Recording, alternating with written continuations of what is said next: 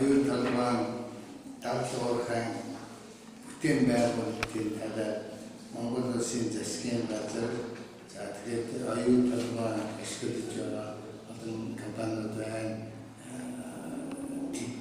Тэдний одоо эжент толгой компани тэгээд эдний төлөөлөгчдөртэй дубаад байгуулсан одоо дадлуурхайн бүтээн байгуулалтыг эргүүлжүүлэх төлөвлөгөө гэсэн гэрээний тухай манай нийгэм анхаарч хүмүүсийн талаар энэ зүрээр хэлж байна.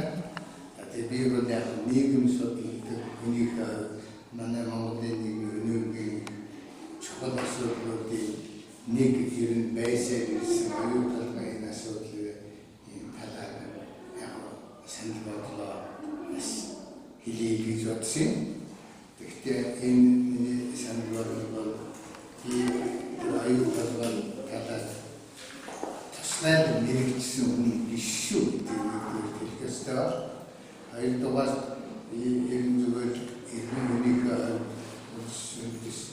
нийгмийн хэшгийн үүднээс аливаа асуудал хандах үүднээс хүмүүс бодож санаж хүмүүстэй хандах ёстой гэсэн зарчмын баримтыг хийж байгаа юм да.